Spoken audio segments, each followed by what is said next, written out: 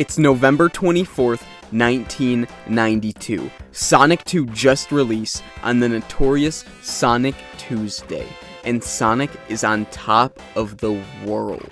He had multiple TV shows airing the following year, and it seemed pretty obvious that Sonic 3 was something that needed to happen.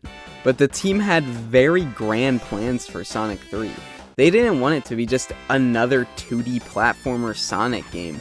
They wanted to include 3D visuals. Their new chip for the Genesis and Virtua Racing for the Genesis was being worked on around this time along with it, and the team was so in awe by the technical limits it was pushing that it inspired them to push their own boundaries with their next Sonic game. The team was tossing around the idea of naming the game Sonic 3D, and wanted it to have an isometric camera you could rotate around and turn the entire field you were standing on. Really ahead of the curve for what other mascot platformers would do in the years following. But despite all these great ideas the team had, in execution, this would take an extraordinary amount of time and resources to pull off.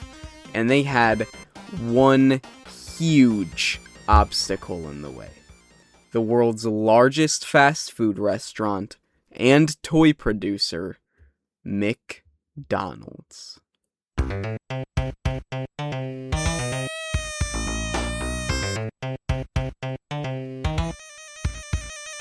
You see, Sega had already signed on for a 2 billion yen promotional campaign with McDonald's for Happy Meal toys and other things of the sort.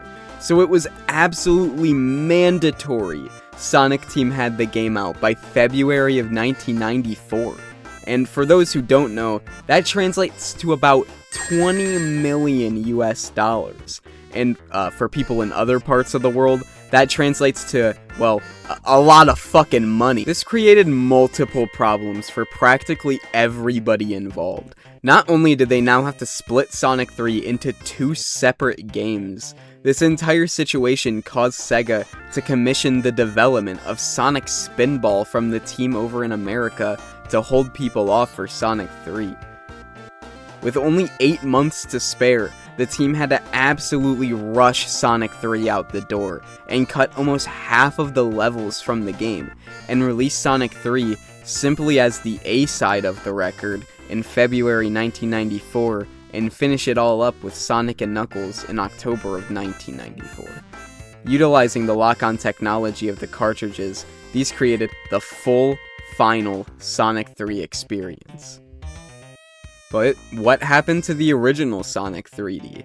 Well, you can still see some remnants of it in the special stages of Sonic 3 and Knuckles, but more specifically, you can tell a lot of their ideas were recycled for Sonic Extreme, which is another game that never came out, but whatever.